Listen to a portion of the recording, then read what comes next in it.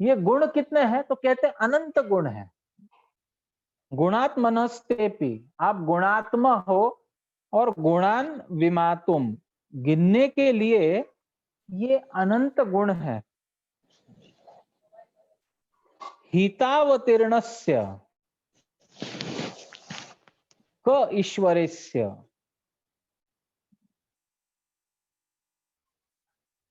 आप हित करने के लिए, जीवों का हित करने के लिए अवतरित होते हैं, और अवतरित होते होते जो गुणों को लेकर अवतरित होते हैं, उन गुणों को गिनने के लिए कौन सा ईश्वर समर्थ है? कि क ईश्वरेस्य, ऐसा कौन सा ईश्वर है? ईश्वर कई होते हैं, ईश्वर का अर्थ है नियंता। परम ईश्वर एक होता है, ईश्वर कई हो सकते हैं, जैसे देवी देवता ईश्वर है। तो कहते हैं कि कौन आपके गुणों को गिन सकता है, कौन आपके गुणों को पूरी पूरी तरह समझ सकता है कि आप में कितने गुण हैं? ऐसा कौन है? कोई नहीं है, कोई नहीं। इतने अनंत गुण है भगवान के, अनंत गुण है कि कोई समझ नहीं पाता है भगवान के गुणों को। काले न यैरवा विमिता सुकल्पैर, ऐसा हो सकता है, ब्रह्मा जी कहते हैं ऐसा यदा कदाचित हो सकता है कि काल से, या जिसे हम कहते हैं साइंटिफिक एडवांसमेंट, वैज्ञानिक प्रगति करते करते करते करते हम इस स्थिति को प्राप्त कर सके कि एक आध दिन हम भू पांशव खे मिहिका अद्युभास, तो भू जो पृथ्वी है, और जो आकाश है, और जो मिहिका बर्फ है, और द्युभास, द्यु कहते हैं तारों को, ग्रहों को, नक्षत्रों को, उनसे निकलने वाला प्रकाश भास। तो पृथ्वी में, आकाश में, बर्फ में और प्रकाश में जितने भी कण है, अणु है, उनको शायद ऐसा हो सकता है कि हम गिनकर शेष कर दे, इसको गिन ले। ऐसी टेक्नोलॉजी शायद हम डेवलप कर पाएंगे कि हम समस्त पृथ्वी पर, समस्त आकाश में, और जितना भी बर्फ है उस बर्फ में, पृथ्वी पर कई ऐसे बर्फीले प्रदेश है ना, उस बर्फीले प्रदेश में जो बर्फ है उस बर्फ में, और जितना भी चंद्र तारे सूर्य आदि का प्रकाश है, उस प्रकाश को, प्रकाश में जो कण होते हैं, उन कणों को, अणुओं को गिनकर हम शेष करें, ऐसा यदा कदाचित हो सकता है। लेकिन आपके गुणों को कोई गिन पाए, कोई समझ पाए पूरी तरह, ये कभी संभव नहीं हो। ब्रह्मा जी कह रहे हैं, उन्हीं भगवान को कह रहे हैं जिनको इसके पहले ही श्लोक में अगुण कहा गया, और इस श्लोक में कहते हैं गुणात्मनेपि, आप गुणात्मा हो, आप गुणों से भरे हो, अनंत गुणों से भरे हो। शंकरषण जी जो भगवान के ही अवतार है, उन्होंने इस ब्रह्मांड में कितने अणु है उसको गिन लिया है। उनको पता है कि इस ब्रह्मांड, और साक्षात भगवान ही है। शंकरषण का मतलब क्या है? वो तो साक्षात भगवान है। इस पृथ्वी पर जितने भी पदार्थ है, केवल पृथ्वी नहीं, मिट्टी नहीं, जल नहीं, वायु नहीं, आकाश नहीं, जितने भी जो भी पदार्थ है, खनिज है, नाना प्रकार के जीव है, उनके अंदर न जाने कितने अणुरेणु है, कितने छोटे छोटे जीव है। ये सब कणों को वो गिन चुके हैं। कौन? भगवान संकर्षण। लेकिन वही संकर्षण शेषनाग के रूप में अनंत मुखों से भगवान के अनंत गुणों को अनंत काल से गिनकर शेष करने का प्रयास कर रहे, लेकिन अभी तक नहीं हो पाया, अभी तक नहीं हो पाया। तो ब्रह्मा जी कहते हैं आपको गुणों को, आपके गुणों को समझना केवल असंभव है, इट्स नॉट पॉसिबल। और यही बात ब्रह्मा जी ने कंसिडर नहीं की, इसलिए वो मोहित हो गए। उन्हें पता नहीं था कि भगवान कुछ भी कर सकते हैं, कुछ भी कर सकते हैं। और एक भक्त का अर्थ क्या है? एक भक्त वही होता है कि जो भगवान की क्षमता पर, उनके गुणों पर, दया पर, करुणा पर, कृपा पर, वाणी पर, कथा पर, धाम पर, नाम पर अटूट विश्वास रखे। अटूट विश्वास रखे, वो होता है भक्त। भक्त का अर्थ ही यही है। अब देखिए, एक बार नारद जी वैकुंठ जा रहे थे, तो जाते जाते उन्हें रास्ते में एक ब्राह्मण मिला। तो ब्राह्मण ने पूछा कि नारद जी आप कहाँ जा रहे हैं? अच्छा हुआ आपका दर्शन हुआ, लेकिन आप जा कहाँ रहे हैं?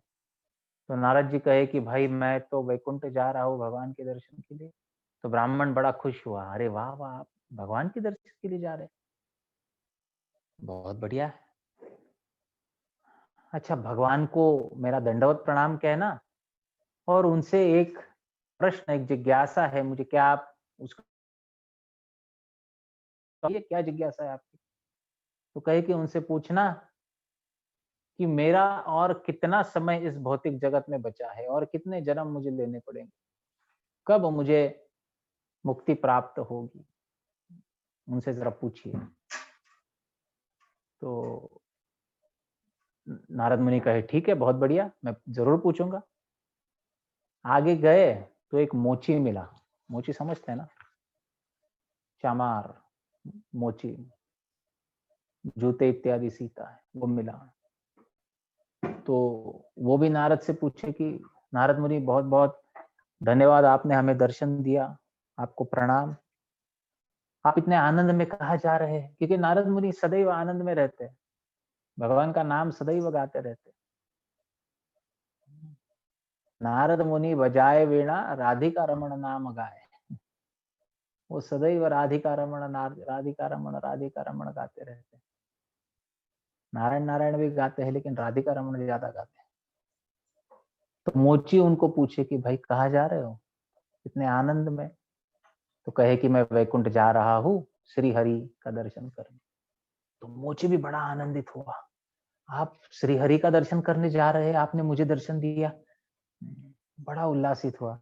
नारद जी, आपसे मैं एक विनती कर सकता हूँ? बोले हाँ हाँ बोलिए।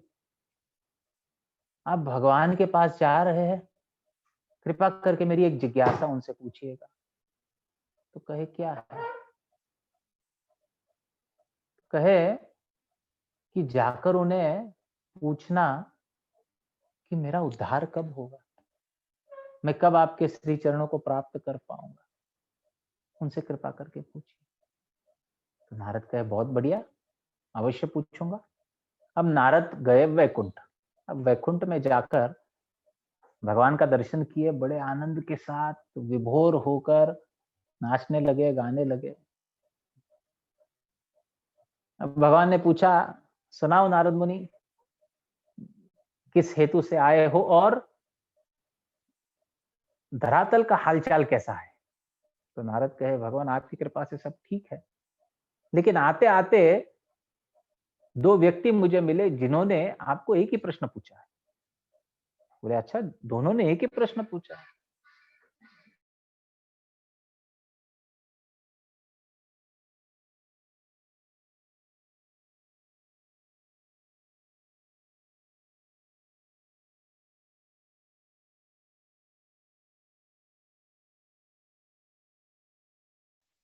कितना समय उन्हें भौतिक जगत में रहना पड़ेगा, ये जिज्ञासा ब्राह्मण की है। और यही जिज्ञासा जो है, एक मूची भी मिला था, उस मूची की भी यही जिज्ञासा है कि और कितने जन्म यहाँ पर भौतिक जगत में आपके विरह में बिताने होंगे। तो भगवान कहते हैं कि नारद, ब्राह्मण को जाकर कहो कि उसे और कम से कम 1000 जन्म तो पृथ्वी पर लेने होंगे। तो नारद को 1000 जन्म, और बाप रे बाप, तो नारद सोचे अब ब्राह्मण जो ब्रह्म कर्म में लगा है, नित्य रूप से गायत्री इत्यादि करता है, मंत्र जाप इत्यादि करता है, उसे 1000 जन्म तो मोची को तो बर तो पूछने की जरूरत ही नहीं है। तो भगवान कहे कि अरे और भी किसी के बारे में आप पूछ रहे थे ना, कौन था वो? तो नारद मुनि संकुचित हो, हाँ एक मोची भी मिला था, उसने भी यही पूछा है। तो भगवान कहते हैं कि जाकर उसे बताइए कि उसका ये जन्म आखिरी है। तो नारद मुनि आश्चर्यचकित हुए, बोले ब्राह्मण को 1000 जन्म लेने होंगे और मोची का जन्म आखिरी है, ऐसा क्यों? तो भगवान कहे कि ऐसा क्यों ये आप खुद ही जान लो, मैं आपको एक उपाय बताता हूँ। बोले बताइए बताइए। आप जब जाओगे ना तो ब्राह्मण आपको पूछेगा कि आप भगवान के पास जाकर आए? बोले हाँ हाँ हाँ। वो ये भी पूछेगा कि भगवान क्या कर रहे थे? तो उसे बताना कि मैं सुई की छेद से हाथी को निकाल रहा था। क्या कर रहे थे भगवान? सुई का छेद होता है ना पीछे का, जहां से हम धागा बिरोते हैं, वो भी मुश्किल से जाता है अंदर। 10 बार उसको देख देख कर आंखें खराब हो जाती है, लेकिन अंदर नहीं जाता है। उस छेद से हाथी को निकाल रहे थे। धागा निकलता नहीं है हमसे, लेकिन भगवान हाथी को निकाल रहे थे। और जो मोची है वो भी यही पूछेगा, उसे भी यही कहना। और जो उत्तर या रिएक्शन तुम्हें मिलेगी, उससे तुम्हें पता चल जाएगा कि मैं ऐसा क्यों कह रहा हूँ। ठीक है, जैसे आपकी इच्छा भगवान। अब नारद मुनि और आनंदित होकर, पहले तो भगवान को मिलने जा रहे थे, अब मिलके आ रहे थे, तो और आनंदित होकर नाचते गाते बढ़िया सा झूमते हुए आ रहे थे। वीणा पर भगवान का नाम गाते हुए, हरे कृष्ण कृष्ण कृष्ण हरे हरे, हरे राम राम राम हरे हरे, नाम गाते हुए आ रहे। अब ब्राह्मण मिला, ब्राह्मण पूछता है, वो आए नारद जी, आप वैकुंठ? बोले हाँ हाँ मैं हुआ। अच्छा, क्या कर रहे थे श्री हरि? तो नारद कहते हैं कि भगवान हरि जो है, ये सुई की छेद से हाथी को निकाल रहे थे। तो ब्राह्मण हंसने लगा, क्या बोल रहे हो नारद जी? मुझे लगता है आप वैकुंठ वैकुंठ कुछ गए नहीं थे, आप तो यही पास में घूम आए और मुझे बना रहे हो कि वैकुंठ जाके आया, ये करके आया। ऐसा कभी हो सकता है? सुई की छेद से कभी हाथी को कोई निकाल सकता है? नारद जी समझ गए, बोले हाँ ठीक है, जैसा आपकी समझ है। आगे निकले। आगे निकलने के बाद मोची मिला। मोची ने पूछा, नारद जी बताइए क्या क्या हुआ, आप श्री हरि से मिलाए? भगवान को मेरा प्रश्न पूछा? बोले हाँ हाँ मैंने पूछा। तो क्या कहे भगवान? तो पहले पूछा क्या कर रहे थे भगवान? तो नारद ने वही उत्तर दिया कि भगवान जो थे, सुई के छेद में से हाथी को निकाल रहे थे। जैसे ही मोची ने ये बात को सुना, वो झूम झूम कर नाचने लगा, कीर्तन करने लगा, हरे कृष्णा कृष्णा कृष्णा हरे हरे, हरे राम राम राम हरे हरे। झूमने लगा, नाचने लगा, कूदने लगा, रोने लगा, हंसने लगा।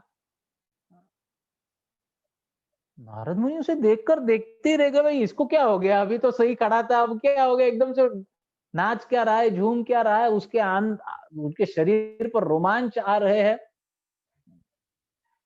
नारद ने पूछा क्या हो गया आपको? आपको विश्वास है कि भगवान छेद से हाथी को निकाल रहे थे? कभी ऐसा हो सकता है? तो मोची कहने लगा, वो भगवान है, वो कुछ भी कर सकते हैं। वो छेद से हाथी को क्या, संपूर्ण ब्रह्मांड को निकाल सकते हैं। वो भगवान है, उनके लिए क्या असंभव है? यस्यैक निश्वसित काल मथावलंब्य जीवंति लोम विलजा जगदंड नाथा। तो जिनके एक श्वसन काल में, यस्यैक निश्वसित काल मथावलंब्य, जिनके एक निश्वसित काल तक ये संपूर्ण ब्रह्मांड प्रकट है। जब वो सांस बाहर छोड़ते हैं ना, तो उनके एक एक रोम छिद्रों से ब्रह्मांड निकलता है पूरा।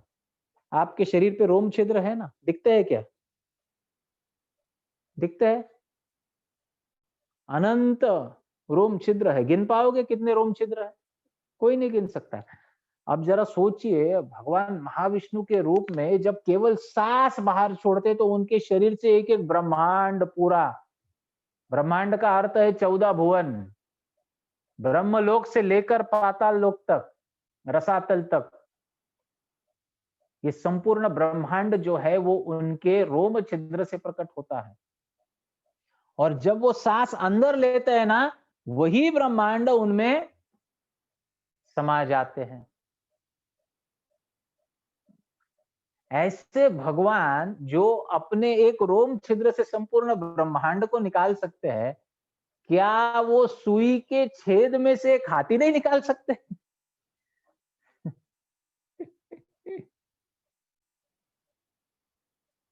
नारद मुनि समझ गए मूची का ये अंतिम जन्म क्यों है, और ब्राह्मण को और 1000 जन्म क्यों लेने होंगे।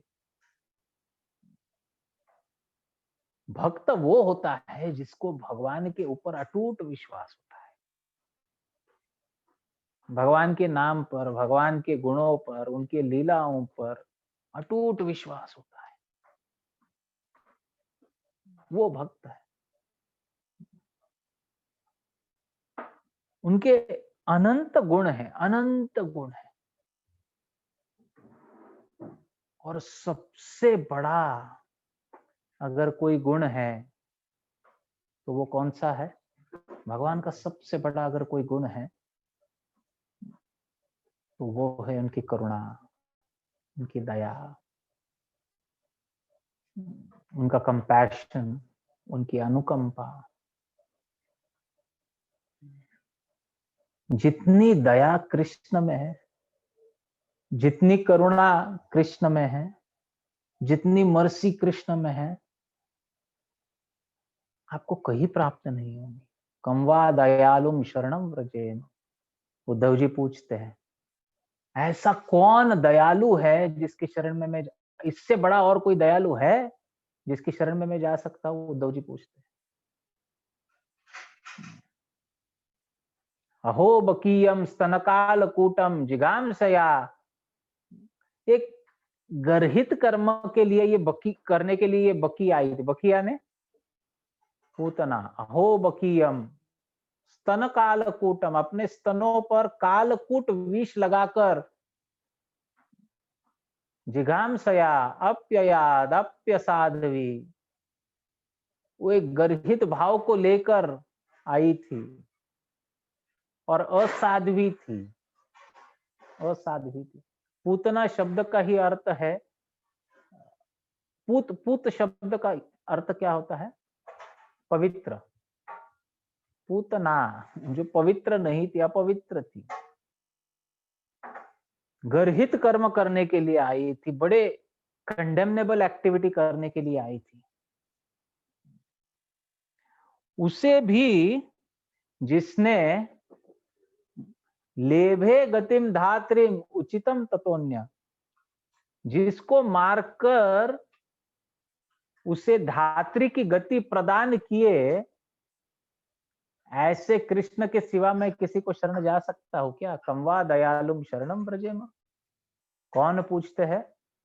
उद्धव जी पूछते हैं। जरा सोचिए, आप रास्ते से जा रहे हो और किसी ने आपको पटक पटक के मारा है, और आप उसको बोल रहे हो कि भाई ठीक है, तूने मुझे मारा है, ये ले मेरे घर की चाबी, घर पे जाके बैठो, मैं आता हूं। ऐसा हो सकता है? कृष्ण को मारने के लिए आई थी, कृष्ण ने उसको, उसका प्राण हरण किया, लेकिन उसे अपने धाम में धात्री की गति प्रदान की। जरा बताइए एक बात को, एक एक पद है, एक कहावत है जिसमें कहा गया है कि भावग्रही जनार्दन। भगवान जनार्दन कैसे है? भावग्रही है। वो क्या करते हैं? भाव को ग्रहण करते हैं। परंतु पूतना के विषय में उन्होंने भाव नहीं ग्रहण किया, उन्होंने क्रिया ग्रहण की। पूतना उन्हें दूध पिलाने आई थी, वो उस क्रिया को उन्होंने ग्रहण किया। अब बताइए भगवान भावग्रही कैसे हो गए? इसी को लोग समझ नहीं पाते। लोग सोचते हैं कि भगवान को भी नियमों के अधीन रहना पड़ेगा। भगवान नियमों के अधीन नहीं है। शास्त्र में जो नियम बताए गए हैं, शास्त्रों में जो विधान किया गया है, जरूरी नहीं है कि भगवान उसे पालन करे। इसे ही भगवान कहते हैं। जो मर्यादा कही गई है वो भगवान के लिए नहीं है। जो स्वच्छंद रूप से मर्यादा का उल्लंघन करके भी उसके बंधन में नहीं फंसता है, वही भगवान है। हर कोई इस बात को नहीं समझ सकता है, कभी नहीं। कृष्ण कितनी बार मर्यादा का उल्लंघन किए, लेकिन इसीलिए तो वो भगवान है, इसीलिए तो कर सकते हैं। कभी कभी हम बच्चों को डिसिप्लिन कर सिखाने के लिए या शासन करने के लिए कुछ नियम उनको लागू कराते हैं, जबकि हम वो नियम पालन करने के लिए बाध्य नहीं है। हाँ, उनको प्रेरणा देने के लिए हम उन नियमों का पालन करेंगे, लेकिन हम ये लिबर्टी ले सकते हैं कि हमने बनाए हुए नियमों को हम उल्लंघन करें। इसका हमें कोई पाप नहीं लगता है, उसका हमें कोई बंधन नहीं लगता है। संपूर्ण सृष्टि की रचना जिन्होंने की है, उनके ऊपर इस सृष्टि के नियम थोड़ी लागू होने वाले हैं। अब भावग्रही जनार्दन शास्त्र कहता है, तो इसका मतलब क्या शास्त्र जनार्दन क्या शास्त्र से बाधित बंधित हो गए क्या? बाध्य हुए कि उन्हें इस बात को स्वीकार करना है? तो भावग्रही जनार्दन नहीं, वेद और पुराण भगवान को जानने के लिए बनाए गए हैं। भगवान को ये कंट्रोल नहीं कर सकते हैं।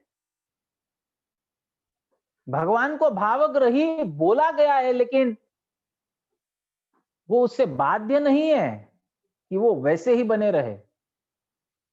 वो यहां पर तो क्रियाग्रही बन गए, भावग्रही कहाँ थे? वो पूतना की क्रिया को ग्रहण, पूतना दूध पिलाने आई थी ना। अब उसका भाव क्या था? कृष्ण को मारने का, लेकिन क्रिया क्या थी? माता की। तो उन्हें अपने धाम में धात्री की गति प्रदान करने वाले भगवान श्री कृष्ण के अलावा मैं और किस दयालु व्यक्ति को शरणागत हो जाऊं? ऐसा कौन है इतना दयालु जिसे मैं शरणागत हो सकूं? कम वा दयालु शरणम व्रजे। भगवान में जो कृपा है, जो अनुकंपा है, जो दया है, वो अपरंपार है, असीम है। सुखदेव गोस्वामी व्यासदेव के घर पर जन्म लेने के पश्चात वो भाग गए जन्म होते ही। हालांकि व्यासदेव जी चाहते थे कि वे वहां पर रहे और भागवत सीखे और उन्हें भागवत सुनाए। भागवत के रचयिता खुद चाहते थे कि वो भागवत सीखे और भागवत सुनाए। देखिए, क्योंकि भागवत सुनने में जो आनंद है ना, वो कहने में नहीं है। कहने में एक अलग आनंद है, लेकिन सुनने में जो आनंद है वो अपरंपार है। कहने का आनंद भागवत अगर कोई बोलता है, भगवान की कथा को बोलता है, भगवान की लीलाओं को बोलता है, तो उस पर भगवान की बड़ी कृपा होती है। इसलिए बोलना आवश्यक है ही, परंतु बोलने के साथ साथ सुनना ये महत्वपूर्ण था। तो नारद मुनि चाहते थे कि सुखदेव गोस्वामी उन्हें भागवत सुना। अब सुखदेव गोस्वामी तो जन्म से ही सर्वोपेक्षक मुनि थे। वो भाग गए जंगल की ओर और एकांत में रहकर ब्रह्मवादी बनकर, उन्हें किसी चीज की परवाह नहीं थी। इस संसार में वे थे ही नहीं। अब व्यासदेव जी उनको वापस लाना चाहते थे, लेकिन वापस आ नहीं रहे थे। तो व्यासदेव जी ने क्या किया? उनके दो चार शिष्यों को भेजा और उनके शिष्यों को भागवत समझाया, सुनाया और सुनाकर भेजा। अब ये जो शिष्यगण थे, ये गए जंगल में और जहां पर सुखदेव गोस्वामी थे वहां पर उन्होंने कुछ श्लोक गाए। उसमें से एक श्लोक है ये, कं वा दयालुं शरणं व्रजे अहो बकीयं स्तनकालकूटं जिगांसया अप्ययादप्यसाधभि लेबे गतिम धात्रिम उच्चितम ततोन्यम कं वा दयालुं शरणं व्रजे। ये एक श्लोक था जो भगवान की दया का, करुणा का वर्णन करता है। और दूसरा श्लोक कौन सा था? दूसरा श्लोक था बर्हापीडम नटवर वपुम कर्णयो कर्णिकारम बिभ्रदवास कनक कपिशम वैजयंतीम च मालाम रंध्रोर्वेणोर अधर सुदया पूरयन गोप वृंदैर वृंदारण्यम स्वपद रमणम प्राफिशत गीत कीर्ति। भगवान के रूप का वर्णन था, बहुत सुंदर वर्णन था। तो एक तो भगवान के रूप का वर्णन था और एक भगवान की कृपा का, दया का वर्णन था। जैसे ही सुखदेव गोस्वामी ने इन वर्णनों को सुना, वो उन व्यक्तियों के पास आए, अरे ये कहां से सीखा, कहां से सीखा, कौन सिखाया आपको ये क्या है, आप क्या बोले अभी? इतना सुखदेव गोस्वामी का हृदय आकर्षित हुआ तो वो कहने लगे कि हे प्रभु, आप केवल ये 2 श्लोक सुनकर इतना विभोर हो गए? हमारे गुरुजी तो ऐसे हजारों श्लोक जानते हैं। तो कहे कौन है आपके गुरुजी? तो कहे वेद व्यास देव। तो सुखदेव गोस्वामी, अरे ये तो मेरे पिताजी है। हाँ? तो मैं इतना बड़ा खजाना घर पर छोड़ के आया हूँ, जंगल में रह रहा हूँ। इसके बाद सुखदेव गोस्वामी घर आए। तो जिसने सबकी उपेक्षा कर दी थी वो भी भगवान के गुणों से आकर्षित होते हैं, वो भी भगवान के गुणों से आकर्षित होते हैं। और इस प्रकार से सुखदेव गोस्वामी भगवान के गुणों से आकर्षित होकर घर पर आए। भगवान की करुणा का, कृपा का वर्णन ब्रह्मा जी 8वें श्लोक में करते हैं। तत्तेनुकंपाम सुसमीक्षमाणो भुंजान एवात्मकृतम विपाकम हृद्वाग वपुर्भीर विदधन नमस्ते जीवेत यो मुक्ति पदे सदाय भाग।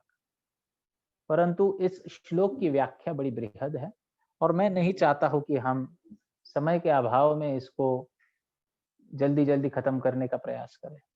तो इसलिए इसकी व्याख्या हम करेंगे कल के सत्र में, और बड़ी सुंदर व्याख्या है। तत्ते अनुकंपाम, हे भगवान आपकी अनुकंपा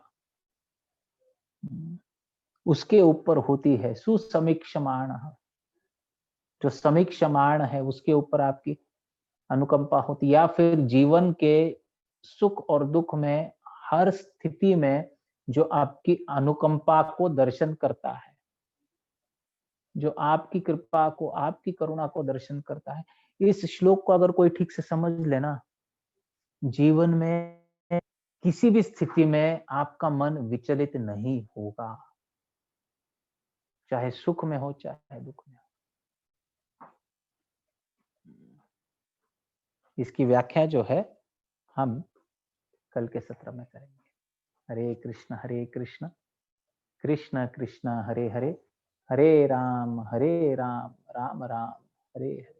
ग्रंथराज श्रीमद् भागवतम की ताई गौर प्रेमानंदे। हरि हरि बोल। किसी का कोई प्रश्न है तो पूछ सकते हैं।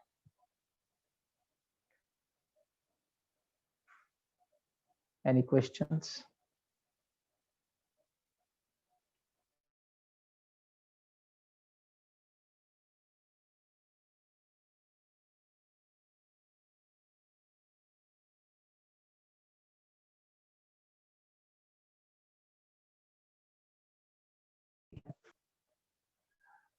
और इस उपस्थिति के चलते ही ये कथा को मैं तो बोलते बोलते काफी आनंद ले लेता हूँ और आपको मुझे सहन करना पड़ता है, परंतु फिर भी आप नियमित रूप से आकर उपस्थित रहकर हमारा उत्साह बढ़ाते हैं। आप सबका भूरी भूरी धन्यवाद। अगर कोई प्रश्न है तो ठीक है, अन्यथा हम इस सेशन को यहीं पर संपन्न करते हैं।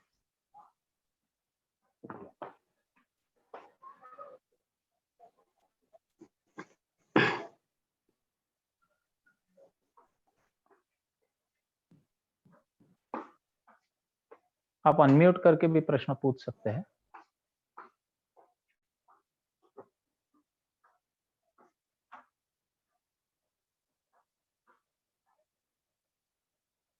So it seems there are no questions, and that gives a chance to end this session. तो कल शाम को हम 8:30 बजे फिर मिलेंगे।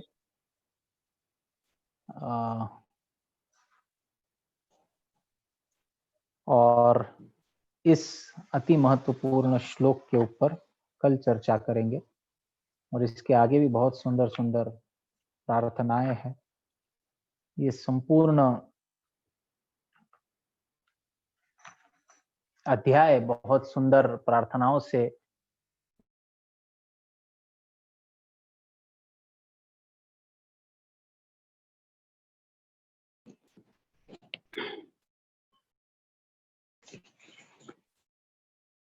हरे कृष्णा प्रभु जी, दंडवत प्रणाम। प्रभु जी आप म्यूट हो गए। हरे कृष्णा। ओह सॉरी, मैं ही म्यूट होता। ठीक, यस। प्रभू जी दंडवत प्रणाम। देव माता अदिती बोलतीये। हाँ, दंडवत माताजी बोला। हाँ, दंडवत प्रणाम। प्रभू जी, आता आपण लेक्चर मध्ये सांगितलं की ईश्वर हा शब्द देवतांनाच वापरायचा, भगवंतांना म्हणजे परमेश्वर वापरायचा असं सांगितलं ना? हरे बोल प्रभू जी। मग ईश्वर हा शब्द देवतांसाठीच वापरायचा का? नहीं नहीं, ईश्वर शब्द का अर्थ क्या है ये समझना चाहिए। ईश्वर शब्द का अर्थ है कंट्रोलर, नियंता। तो हर कोई व्यक्ति जो नियंत्रण की स्थिति में है, कंट्रोल की स्थिति में है, वो ईश्वर है। आप भी ईश्वर है, मैं भी ईश्वर हूँ, एक सीमित सर्कल ऑफ इन्फ्लुएंस के लिए। हमारा भी कुछ ना कुछ नियंत्रण होता है ना, हमारे घर पर, हमारे परिवार वालों पर, चाहे हमारे एक सोशल सर्कल में कुछ ना कुछ हमारा कंट्रोल होता है। तो हर कोई व्यक्ति जो थोड़ा बहुत कंट्रोल कर सकता है, उसका अर्थ है कि वो ईश्वर है। अब वो ईश्वरता का दायरा क्या है, वो अलग बात है, लेकिन एक सीमित दायरे में हर कोई जीव एक ईश्वर है। तो देवी देवता तो इतनी पूर्ण सृष्टि को चलाते हैं, तो वो तो ईश्वर है ही। परंतु सभी ईश्वरों का जो ईश्वर है वो है परमेश्वर। और वो परमेश्वर कौन है? ब्रह्मा जी कहते हैं ईश्वर परम कृष्ण। वो परमेश्वर कौन है? कृष्ण है। अच्छा। तो इसलिए देवी देवताओं को चाहे ईश्वर कहा जाए, लेकिन परमेश्वर भगवान कृष्ण है। ओके, ठीक है प्रभु जी, दंडवत प्रणाम। छान झालं। हरे कृष्णा। हरि बोल, हरि बोल। तो कल शाम को फिर जुड़ेंगे। हरे कृष्णा। और कितने दिवस प्रभु जी? 2 दिवस? जब तक हाँ। भगवान चाहे, जब तक सहूलियत है, आप सभी का उत्साह है। अच्छा, तो ओके। करते हरि रहेंगे। बोल, हरि बोल प्रभु जी। हरे कृष्ण, हरे दंडवत। हरे कृष्ण, कृष्ण कृष्ण हरे हरे, हरे राम राम राम। ग्रंथराज श्रीमद् भागवतम की प्रभुपाद की जय। जय गौर प्रेमानंदे। राम हरे राम राम।